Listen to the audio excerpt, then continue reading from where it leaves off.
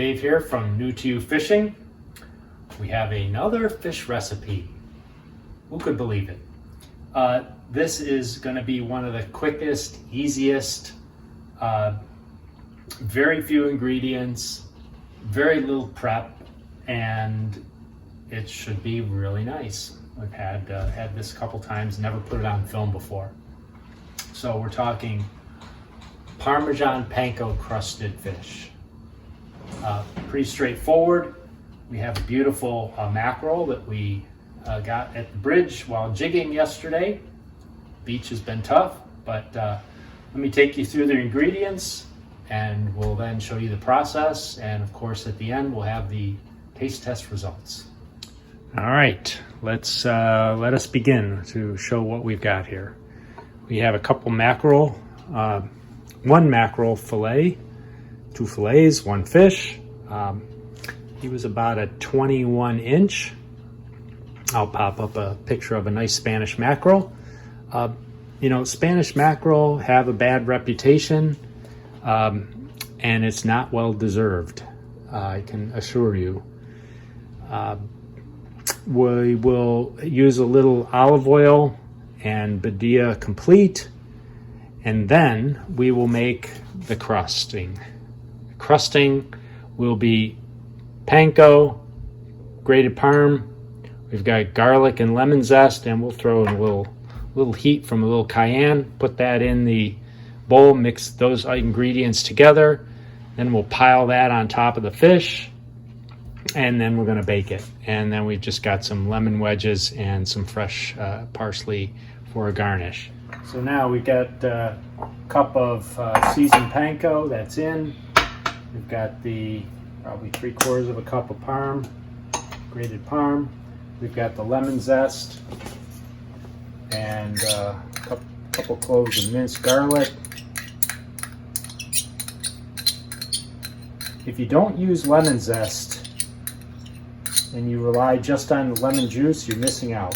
The lemon zest imparts a huge amount of flavor, and it's and you still get all your lemon to use for squeezing on at the end. All right, now cayenne to taste.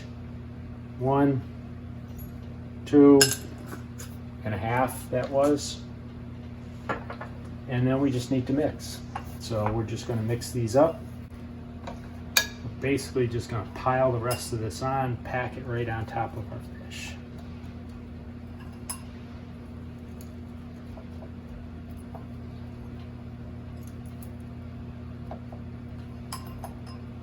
And as with my last ingredient, I did forget the butter.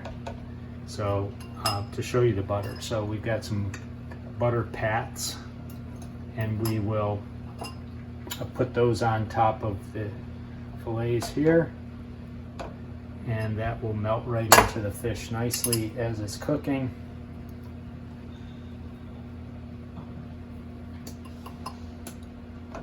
All right, that's it. So we'll throw the butter on. Going in the oven at 425, probably about 15-20 minutes, and we'll be ready to go. All right, we've thrown our butter pats on top.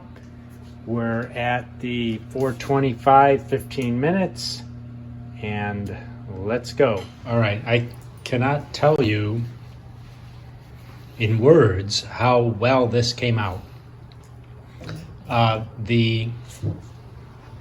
You know, Spanish mackerel, it's not what you get in a can. It is not, it just doesn't deserve its reputation. It's fantastic. You do have to eat it fresh, I will say that. Otherwise it gets mushy. But we have fresh Spanish mackerel here. It had the right amount of kick to it from the cayenne heat, in my opinion. Corn and rice, wonderful lemon. I can taste the garlic. The crust is fantastic. Not fried. There's none of that oily. There's no oily flavor taste at all. I mean, it just tastes like baked fish, and it's crispy baked fish, and it's full of flavor, so it's fantastic. Do not pass by Spanish mackerel. You'd be making a mistake. All right, so that's my taste test summary. Good recipe, deserving of the New2U Fishing recipe playlist. Jemima, anything you would like to say about tonight's meal? Yeah. I would like to say that this is an elegant dinner.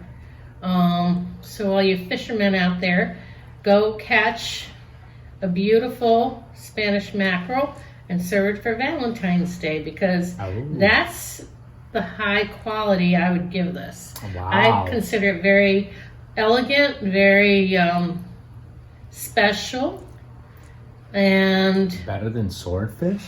well, I love swordfish, but that's different. This is different. That's where I would put it. It's a really great meal. All right, very nice. There you have it. So thank you for watching this video. Short but sweet and good. Please like and subscribe, and please go out and have some Spanish mackerel. Bye now.